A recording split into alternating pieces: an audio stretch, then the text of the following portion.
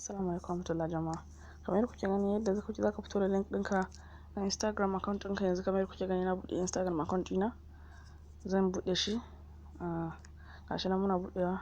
Da Allah ka kuma ka manta da Allah, idan yau ne farkon shigo ko na channel namu, ku taimaka ku danna mana alamar subscribe, sannan ku yi like wannan bidiyon, ku share ɗinsa zuwa ga ƴan uwa ga abokan arziki. Kamar yadda kuke gani za ku shiga kan profile ɗinku direct. Kamar yadda kuke gani ina jira profile ɗina ya buɗe.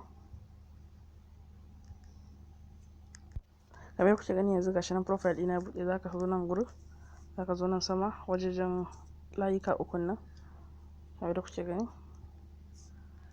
gani, gashi nan wajen layuka ukun nan zan shiga. Kamar yadda kuke gani gashi nan zaka zo ka danna settings. Kamar yadda kuke gani zaka danna nan gurin follow and invite friends. Kamar yadda kuke gani zaka danna nan gurin invite friend by, zaka danna. Idan link ɗin account ɗin zaka yi copy, kana gani kamar yadda kuke gani na danna, ina ɗan jira ya buɗe. Zaka bar shi to gashi nan za ku share ɗinsa ko ta ina. Gashi nan idan ta WhatsApp ne, idan link ko ma ta ina ne kake so zaka share ɗinsa, ko ka danna copy link. Kamar yadda kuke gani muna godiya. Idan wani farkon ziyartar channel wannan kar ku manta ku danna mana alamar subscribe, sannan ku like wannan bidiyon, ku share ɗinsa zuwa ga ƴan uwa da abokan arziki. Muna godiya.